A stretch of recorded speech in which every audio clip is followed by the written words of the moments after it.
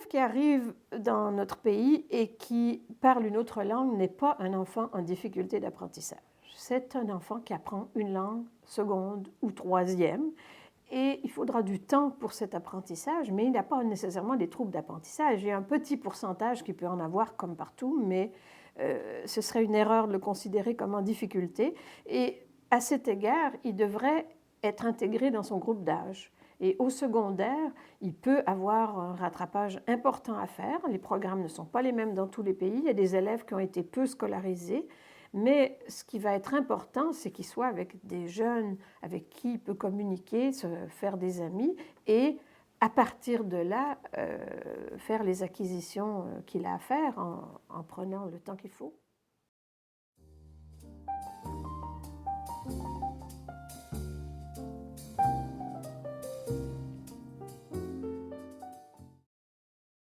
La classe régulière est le milieu idéal d'intégration. Ça ne veut pas dire que ça ne pose pas quelques problèmes à l'enseignante qui intègre ou aux enseignants qui intègrent, au primaire ou au secondaire, bien sûr, mais c'est la vie, c'est notre métier de trouver des solutions à des problèmes de ce type-là. Apprendre une nouvelle langue et se faire une place, ou le faire mieux que dans la société même qui accueille, plutôt qu'avec 14 autres enfants qui ne maîtrisent pas la langue comme vous. Donc c'est vraiment la situation idéale. Et si on a créé les classes d'accueil, c'est parce qu'il y avait trop d'enfants arrivant simultanément dans un milieu et qu'on n'arrivait plus à faire face à leur intégration. Mais quand on en a un ou deux dans une classe, c'est la situation idéale.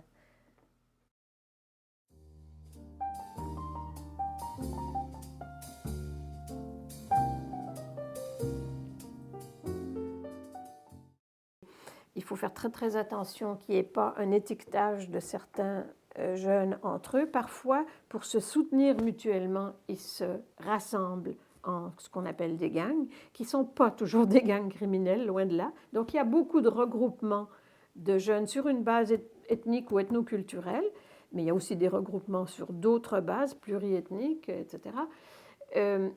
Parfois, ce sont des groupes d'amis, des groupes de support. Bon.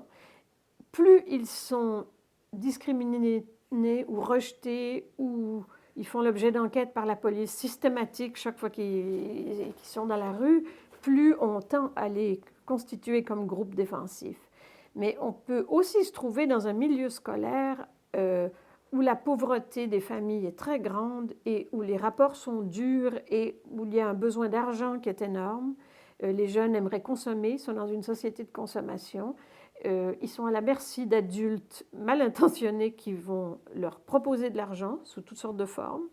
Et on peut avoir une criminalisation de certains groupes, mais là on en trouvera dans tous les groupes ethnoculturels, on en trouve donc dans tous les groupes d'une société, et il y a un travail constant à faire. Du point de vue préventif, l'intégration des jeunes et le fait qu'ils se trouvent une place d'une autre façon, qu'ils soient valorisés d'une autre façon dans le milieu scolaire et dans la société peut aider beaucoup. Dans ce sens-là, les professeurs jouent un rôle essentiel, mais il faut qu'ils parlent beaucoup avec eux. Il faut qu'ils essayent de discuter. S'ils les voient toujours en groupe, c'est de leur demander quelle est la nature de leur groupe, ne pas hésiter à parler avec eux.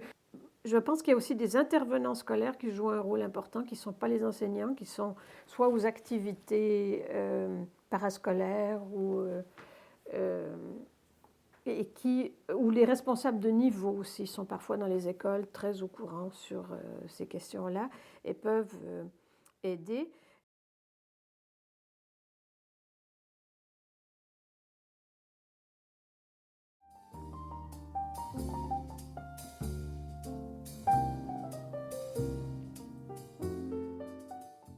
L'enfant va être surpris la première journée, c'est par énormément de choses, notamment tout ce qui touche à l'environnement physique, les lieux, l'espace, l'abondance, dépendant du type de société d'où il vient. S'il vient d'un camp de réfugiés, s'il vient d'une société extrêmement pauvre, il va se trouver dans une classe dans laquelle il y a beaucoup de livres, des gravures, des images, des panneaux, du matériel, du mobilier. Il ne sera pas habitué à ça. Certains enfants vont l'être plus que d'autres, ça dépend. Il faudra qu'ils s'habituent aussi à l'organisation du temps. le fait qu'on est toujours pressé dans notre société, qu'on répète 10 fois par jour aux enfants plus vite, on n'aura pas le temps, il faut se dépêcher, ça c'est quand il va le comprendre, mais il va saisir le non-verbal autour du fait de devoir aller vite.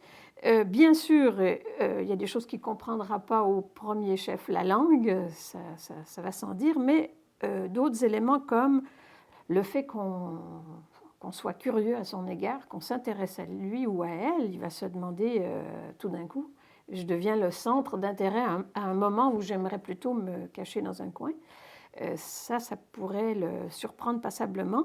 Il pourrait aussi être surpris par le type de rapport maître-élève auquel il n'est pas préparé ni habitué. Il est peut-être déjà allé à l'école ou pas allé à l'école, mais il a déjà intériorisé un type de rapport aux adultes qui peut-être est très différent de celui qu'il va voir lors de sa première journée d'école.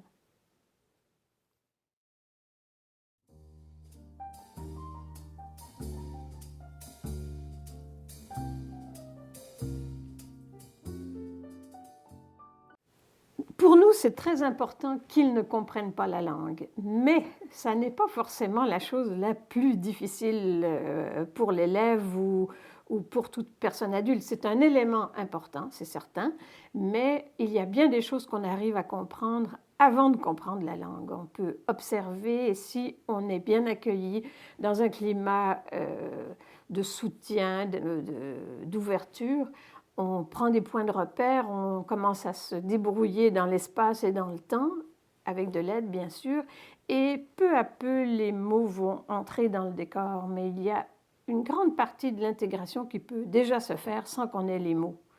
On utilise beaucoup plus de langage non verbal qu'on ne s'en doute, et c'est en fait dans des conditions comme ça qu'on peut s'apercevoir qu'un enfant trouve des moyens de comprendre ce qui se passe autour de lui, il observe les autres et oui, il trouve sa place peu à peu si on lui donne la chance de prendre son temps, si on accepte aussi son silence, chose qui est difficile pour nous, on a tendance à vouloir qu'il s'exprime rapidement, qu'il dise s'il se sent bien, c'est quelque chose qui lui prendra du temps. Et pas seulement pour des raisons linguistiques, mais ça lui prendra du temps de se positionner comme personne qui s'affirme et qui dit ce qu'il pense. L'enfant va réagir à cette différence, c'est d'abord par beaucoup de curiosité, d'observation silencieuse, mais il va très bien percevoir les indices non-verbaux. Donc, si il est accueilli chaleureusement dans un climat d'ouverture, que les enfants sont préparés, souriants, l'enseignante aussi, il ou elle va être capable d'absorber des différences importantes sans être trop perturbé.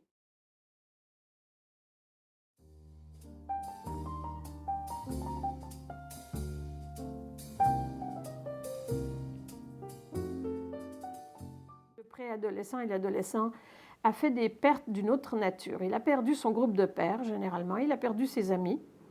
Il a perdu sa famille élargie dans laquelle il y a des cousins, des cousines, des personnes avec qui il avait l'habitude de passer du temps. Et bien sûr, il se demandera d'abord s'il va se retrouver des amis, avec qui est-ce qu'il va pouvoir interagir au secondaire. Ce n'est pas d'abord l'adulte qui va être le point important pour lui, c'est quelle place est-ce que je vais avoir? Est-ce qu'on va se moquer de moi? Est-ce qu'on va me juger parce que je ne parle pas la langue, etc. Donc, il y a toute la question de la recherche identitaire de l'adolescent dans un moment où il est fragilisé par l'immigration et la non-maîtrise de la langue. Et quand il sera capable de s'exprimer plus, très souvent, il va nous dire « J'ai l'impression qu'on me prend pour un idiot parce que je ne suis pas capable de parler ». C'est-à-dire qu'il va ressentir que sa pensée est beaucoup plus élaborée que ce qu'il est capable de dire, et c'est très difficile à vivre. Et il n'est pas évident que les autres élèves le savent. Et ça, ce sont des choses qu'un enseignant peut expliquer à son groupe classe.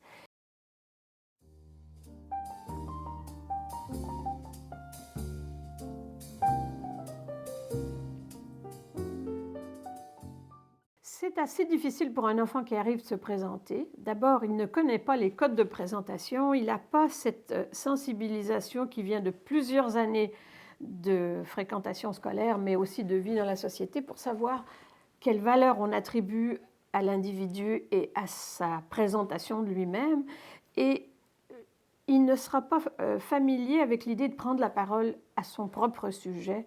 Donc, ça peut être une difficulté qu'on insiste, particulièrement avec des filles pour qui prendre la parole dans un groupe est extrêmement difficile. Il y a des filles à qui ça prend 3 ans avant d'être capable de parler spontanément dans un groupe classe. Bon, il y a toutes sortes de manières de contourner ces difficultés-là, qui peut être toutes les techniques de travail en équipe où on demande d'abord à une petite équipe de se faire une idée sur un sujet, puis ensuite d'avoir un porte-parole qui en rend compte au niveau de la classe. Mais en ce qui concerne parler de soi-même, c'est peut-être une chose très difficile pour beaucoup. La même chose, parler de son pays. Il faut quand même être au courant de ce qui se passe dans les pays avant de demander à un élève de parler de son pays. S'il vient de pays où les tensions sociales ou ethniques sont très grandes, un pays en guerre, s'il vient d'un camp de réfugiés, avant de le lancer sur ce terrain, il faut un peu être au courant de son histoire. Il vaut mieux prendre des précautions, puis pas le demander trop vite, mais rien n'empêche de regarder sur une carte géographique, et ça, c'est l'enseignante qui peut avoir ça en main, et au secondaire, un professeur de géographie peut très bien le faire, mais sans trop impliquer l'élève là-dedans. Et peut-être plutôt parler de plusieurs pays ou de profiter de ces situations pour regarder ce qui se passe en ce moment en Afrique ou à l'occasion de quelque chose qui se passe dans l'actualité, mais ne pas trop centrer l'élève sur l'expression de soi, qui est une intention très, très louable. C'est généralement pour lui donner une place.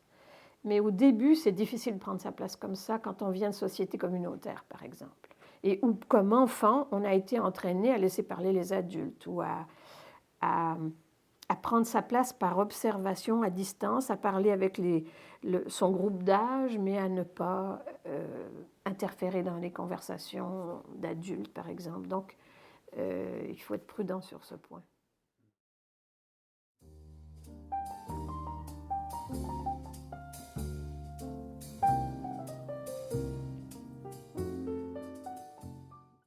Souvent, il est très très bien que l'enfant qui vient d'arriver se mette à faire les mêmes tâches que les autres dans la mesure où il est capable de le faire. Il y a des tâches qu'il ne sera pas immédiatement capable de réaliser. Il se pourrait que ses parents deviennent très exigeants sur les devoirs, les leçons. Il y a des parents qui sont très anxieux que leur enfant apprenne vite et qui viennent très rapidement s'ils s'aperçoivent que l'enfant n'a pas de devoir.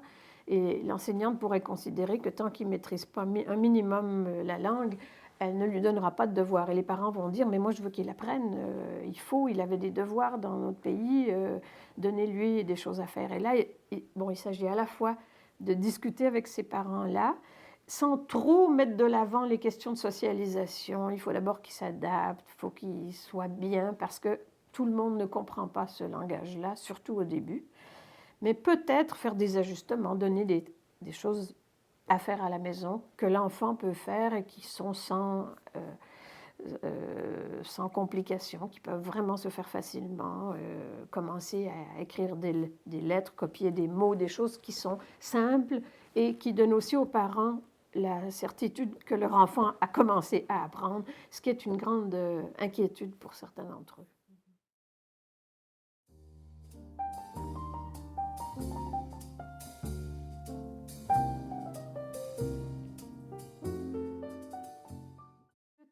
Qu'il faudra un enfant pour se trouver une place dans la classe et pour commencer à parler est très variable selon différents critères, dont entre autres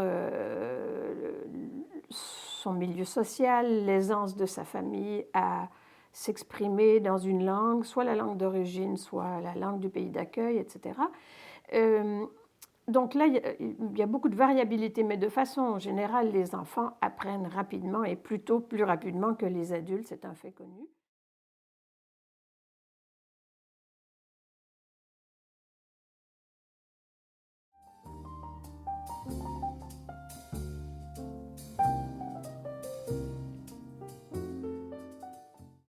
Il ne s'agit pas d'abord d'une formation ou d'une préparation technique, mais plus d'une ouverture à l'accueil de quelqu'un qui vient de notre horizon, qui est porteur d'une histoire, qu'on a intérêt à connaître peu à peu.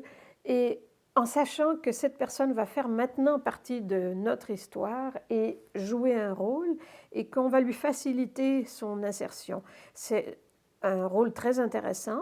Par ailleurs, on peut aussi s'y préparer par le fait de s'intéresser au monde. Qu'est-ce qui se passe dans le monde en ce moment? Quel est l'état du monde? Pourquoi est-ce que des élèves arrivent de tel pays? C'est généralement relié à des questions qui sont traitées dans l'actualité. Alors, l'ouverture au monde et la compréhension des enjeux internationaux est importante. Il n'y a pas besoin d'être savant sur tous les pays. Il s'agit simplement d'être à l'écoute de ce qui se passe.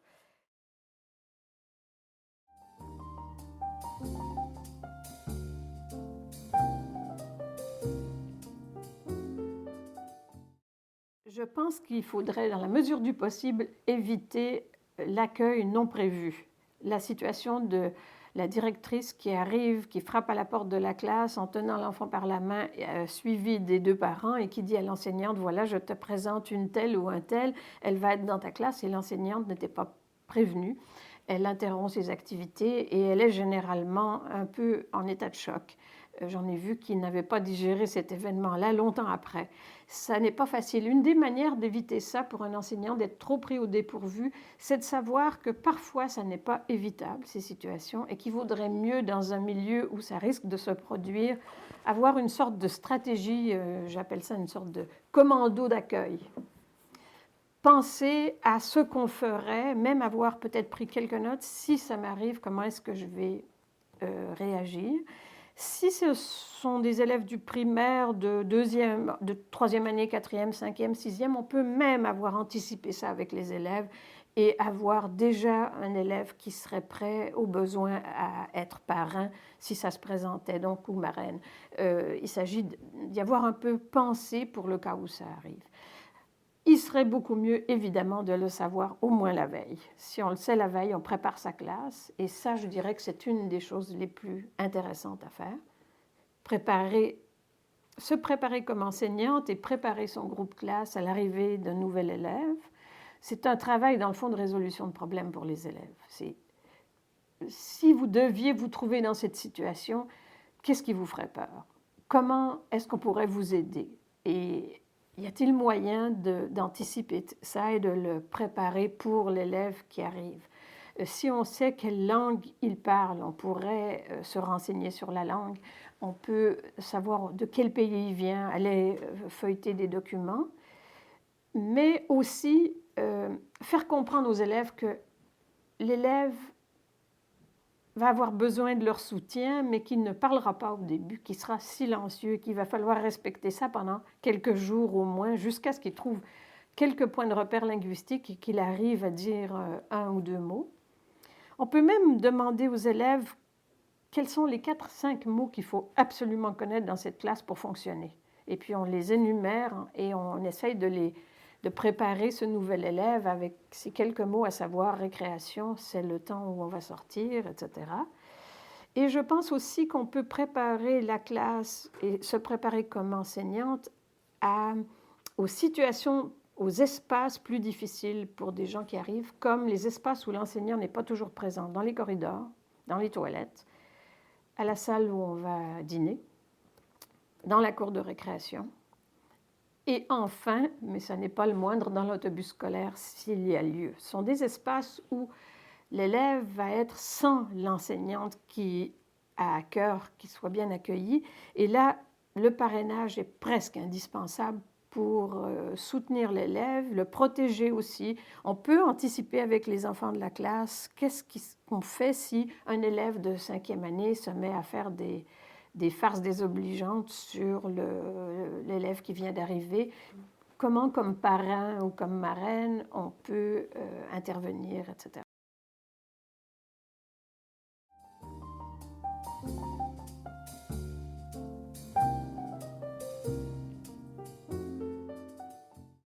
Le parrainage peut être vraiment très éducatif des deux côtés, en fait, un support pour l'enfant et un apprentissage très intéressant pour le parrain ou la marraine, mais à la fois ça va aider l'enfant à décharger l'enseignante, mais il est important qu'elle sache qu'elle va toujours devoir le soutenir, sinon l'intérêt va tomber ou ce sera plus difficile éventuellement. Je pense qu'il y a beaucoup de formules possibles qu'il faut réajuster aux besoins. Il est probablement très adapté d'avoir une marraine ou un parrain qui le demeure pendant quelques jours ou peut-être quelques semaines au début. Mais il peut arriver que ça ne se passe pas très très bien, qu'il soit nécessaire d'en avoir un autre, ou il pourrait être possible d'en avoir un dans la classe ou une dans la classe, puis un autre ou une autre pour les sorties, pour l'extérieur, pour l'autobus scolaire, etc. Peut-être la chose importante pour le parrainage, c'est de ne pas penser que ça concerne seulement le nouvel arrivé. Le parrainage, c'est un processus aussi pour le parrain ou la marraine. Et il faut préparer les élèves à être parrain ou marraine. Qu'est-ce que ce serait la tâche, la meilleure manière de la réaliser? Les préparer à ce qu'eux parlent mais que l'autre ne réponde pas. C'est difficile au début en termes de communication. Il faut commencer à développer son langage non-verbal. On peut mettre en évidence, on peut même jouer avec les enfants sur le non-verbal. Il y a des enfants qui sont très doués pour s'exprimer par gestes et par mimiques, etc. Et aussi réunir les parrains et marraines ou le parrain ou marraine, les rencontrer à certains moments, au bout de 2 jours, au bout d'une semaine, pour leur demander comment ça se passe, pour leur offrir du support, pour rendre intéressant le processus de parrainage comme quelque chose qui se développe, leur demander. Pour un élève du secondaire, je pense qu'il y a quelque chose qu'il faut comprendre sur le temps tel qu'on le vit en Amérique du Nord et dans les pays occidentaux. C'est un temps extrêmement découpé, qui fonctionne à la demi-heure ou aux 45 minutes ou à l'heure. Les élèves l'ont presque intériorisé, comme s'ils avaient une sorte d'horloge intérieure. Un élève qui vient d'ailleurs n'a pas cette conception du temps nécessairement. Et il va être très perdu au début par rapport aux horaires, par rapport au fonctionnement avec un agenda. Les horaires sur 9 jours sont difficiles à comprendre. Pour les parents, c'est encore plus difficile. Alors, il faut aider l'élève à ce niveau-là. Le parrainage au secondaire est aussi très utile, mais il faudrait le diversifier, dans le sens où probablement qu'il faut un parrainage en français, un autre en mathématiques, un autre dans le parascolaire, et qu'on peut demander à plusieurs élèves de s'impliquer. Probablement avec un élève de même sexe, ce qui faciliterait les choses. D'ailleurs, à ces âges-là, ils vont plutôt, surtout au début du secondaire, choisir leur groupe d'amis de cette façon-là, ce qui n'empêche pas.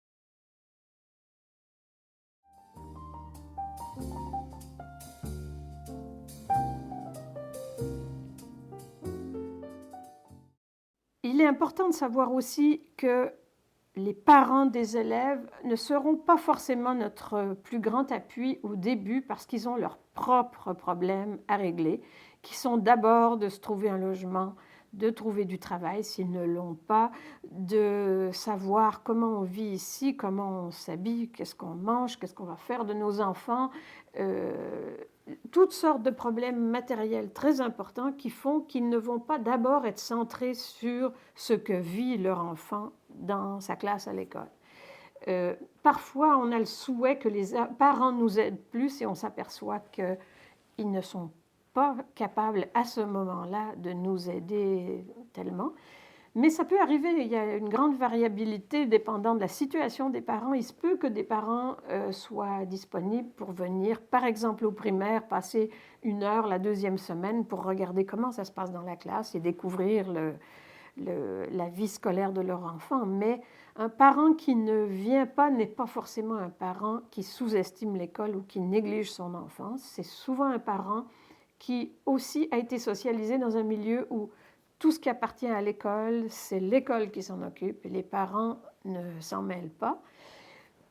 Ou alors, c'est un parent débordé et qui s'occupe d'abord de réussir son immigration comme adulte, qui a trouvé du travail, etc., et qui compte sur son enfant pour réussir son immigration d'enfant qui aide de s'adapter à son école.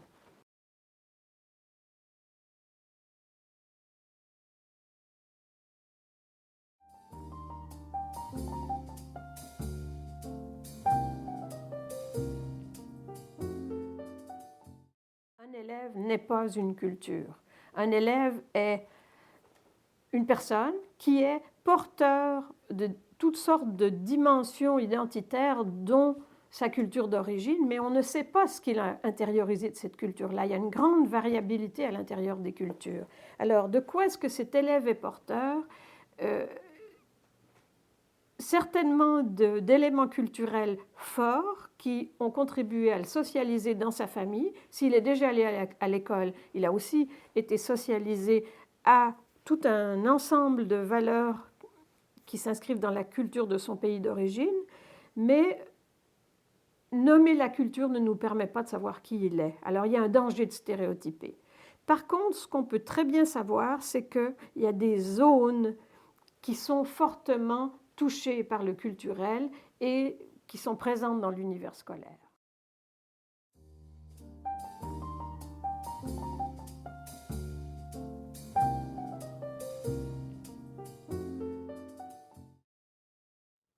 Les domaines, les zones qui vont être touchées à l'école par les valeurs et les différences de valeurs, on peut les identifier, même si on ne peut pas dire telle culture rencontre tel problème à l'école, parce que justement on n'a pas des cultures à l'école, on peut quand même savoir qu'il y a des zones touchées, comme par exemple tout ce qui touche au rapport homme-femme, garçon-fille, les rôles féminins-masculins, qui sont très valorisés à l'école, très travaillés à l'école et qui peuvent être tout à fait en contradiction avec la socialisation antérieure d'un enfant.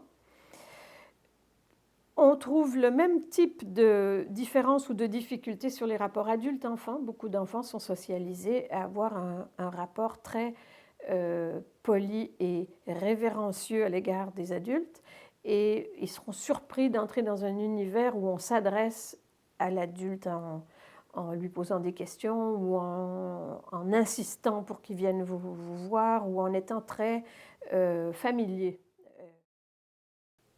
Tout ce qui touche à l'alimentation est très présent dans les classes, plus qu'on ne le pense, et est une zone fortement marquée par la culture. Comment on mange, avec qui, quel genre de nourriture, qu'est-ce qui est bon, qu'est-ce qui n'est pas bon. Et j'ai entendu parler par des enseignantes, mais aussi par des adultes parents immigrants, de la difficulté à comprendre ce qu'il fallait donner à manger à leurs enfants dans leur boîte à lunch pour qu'ils ne jettent pas leur nourriture à la poubelle parce qu'ils n'avaient pas l'air de manger comme leurs amis assis à côté d'eux. Un autre domaine très important pour les enseignants, c'est la conception de l'enseignement et de l'apprentissage. Beaucoup d'élèves, s'ils sont allés à l'école, proviennent de sociétés où l'école est ce qu'on appelle traditionnelle, c'est-à-dire où les rapports d'autorité sont très importants, où on apprend beaucoup par cœur, on répète, on va copier énormément. Et maintenant, on a appris à dévaloriser ces types d'apprentissage dans notre société. On les a pratiqués longtemps. Et les familles ne comprennent pas forcément notre manière de fonctionner. Il faut négocier avec eux et discuter avec eux sur ces questions-là. Entreraient dans cette catégorie les sorties, les classes vertes, les classes neiges, qui de façon massive ne sont pas comprises par les familles et refusées. Un dernier point concerne notre conception de l'aide et la relation d'aide. Pour beaucoup d'enseignants, un grand nombre de services sont offerts pour soutenir les élèves ou soutenir les enseignants, de professions qui n'existent pas dans les autres pays. Un orthopédagogue, on ne sait pas ce que c'est en dehors de la société nord-américaine. Voir un psychologue, c'est quelque chose de grave. C'est réservé à des personnes qui ont des problèmes de santé mentale sérieux. Vous dire d'aller voir un orthophoniste ou d'aller à un examen de la vue, des parents seront très méfiants sur des choses comme ça en se demandant si ça va servir à les renvoyer du pays parce qu'ils ne devaient pas être malades en arrivant, ou ils ne comprendront pas toute notre idée d'aide, même quand elle est gratuite ou même parce qu'elle est gratuite. Qu'est-ce qu'ils nous veulent? Pourquoi ils insistent là-dessus? L'idée de consulter l'orthopédagogue, d'aller même dans une classe en adaptation scolaire est très difficile à comprendre et n'est pas perçue comme une aide, vraiment pas. Tout simplement parce que ces professions n'existent pas. Quand un élève arrive au secondaire, c'est difficile pour lui parce qu'il a déjà été socialisé ailleurs avant. les mêmes zones vont être touchées, mais bien entendu, certaines vont être beaucoup plus compliquées. Les rapports hommes-femmes, les rapports de cet élève, par exemple un garçon à une enseignante femme, ne sont pas évidents. Ils ne seront pas les mêmes que ceux des autres élèves de la classe. Il va falloir être sensible au fait qu'il faudra qu'ils découvrent comment on fait pour s'adresser à une enseignante femme, peut-être, dépendant d'où il vient. Mais il y a d'autres éléments sur les rapports d'autorité, comment se poser comme élève, poser des questions. Bon, on nous rapporte très souvent des situations où on demande aux élèves s'ils ont compris et ils répètent systématiquement oui, parce que c'est impoli de répondre non. On ne dit pas qu'on ne comprend pas. Le fait de répondre à des questions où on se positionne par rapport à un texte ou un débat social ou politique, etc.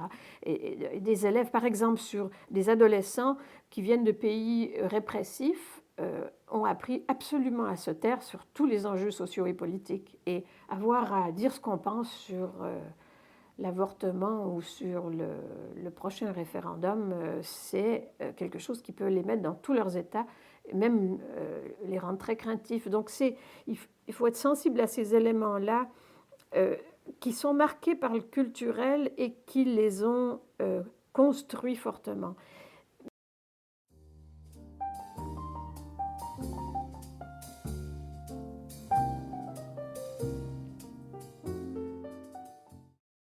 Mais l'autre élément peut-être, autant pour les élèves du primaire, il fallait veiller à ne pas les mettre trop en contradiction avec leur famille, ils sont cependant capables d'alterner relativement facilement. À la maison, c'est comme ça, à l'école, c'est comme ça. Ils vont l'apprendre assez vite. Au secondaire, l'élève commence à être plus tiraillé dans ses valeurs et à découvrir des valeurs de la société d'accueil qui lui plaisent passablement plus que celles qu'il a connues à la maison. Et il va commencer à y avoir des difficultés peut-être dans ses rapports avec sa famille parce qu'il se met à changer.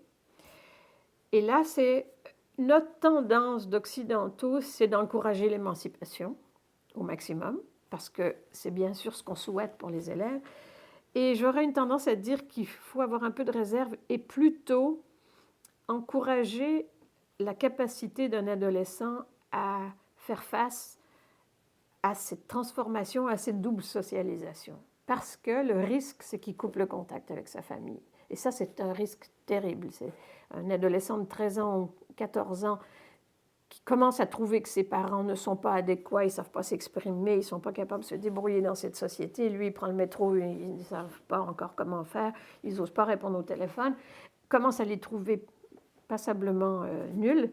Il a l'âge pour ça aussi. Et il n'a pas besoin qu'on l'encourage à l'école à prendre encore plus de distance. Il a plutôt besoin qu'on lui dise comment tu pourrais faire à la fois pour devenir un adolescent comme les autres, mais en même temps, ne pas couper avec ta famille parce que tu en as besoin. Ils sont là, ils ont toujours été là, ils seront encore là quand tu ne seras plus avec nous à l'école.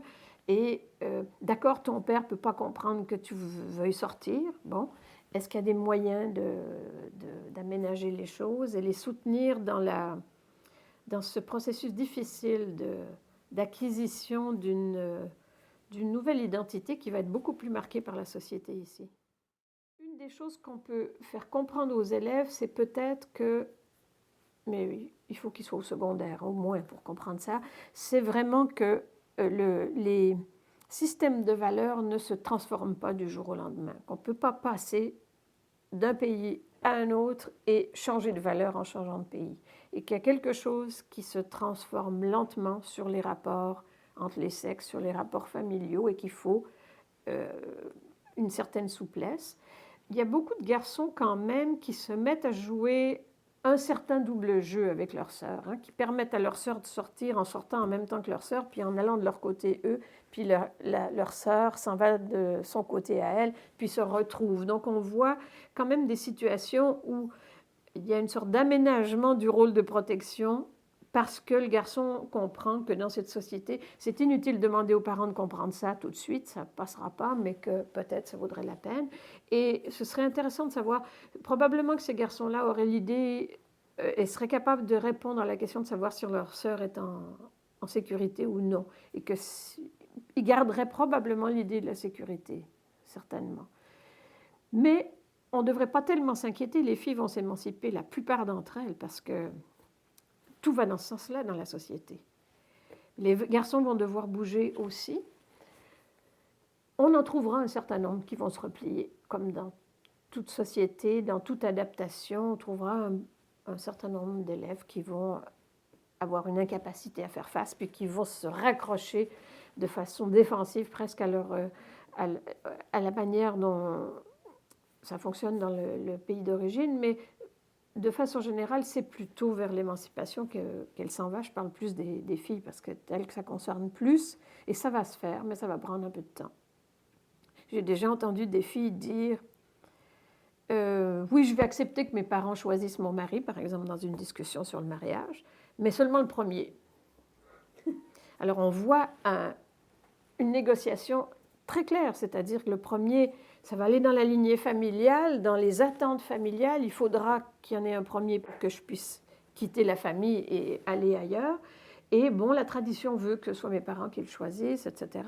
Mais elle a déjà intégré l'idée que ça ne durerait pas forcément toute sa vie, puis que le prochain, elle le choisirait elle-même. Effectivement, quand il y a un divorce, il n'y a plus d'intervention des parents sur le deuxième, c'était vraiment sur le premier. Alors, je pense que la chose la plus intéressante, c'est de discuter avec les élèves, être le moins normatif possible, le plus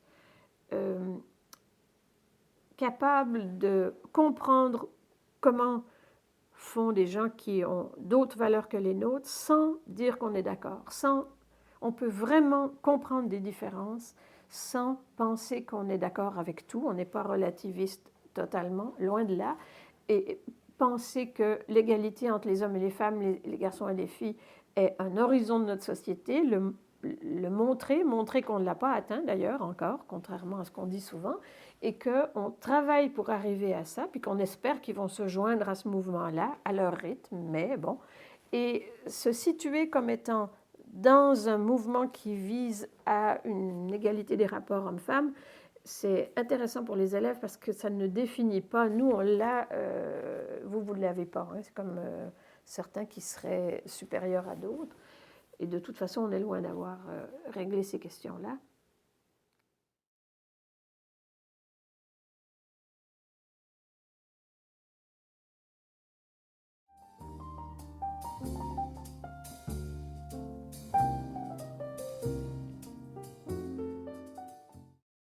L'autre élément qui est commun au primaire et au secondaire, je dirais, mais qui peut être poussé beaucoup plus loin au secondaire, c'est le rôle de la société d'accueil. Une intégration, ça se fait à deux sens, et c'est une occasion extraordinaire que des élèves du secondaire découvrent ce que c'est que d'intégrer quelqu'un, découvrent que communiquer avec quelqu'un qui ne maîtrise pas encore la langue est peut-être compliqué, mais vaut qu'on s'y attarde et que l'élève va progresser, leur confrère va progresser.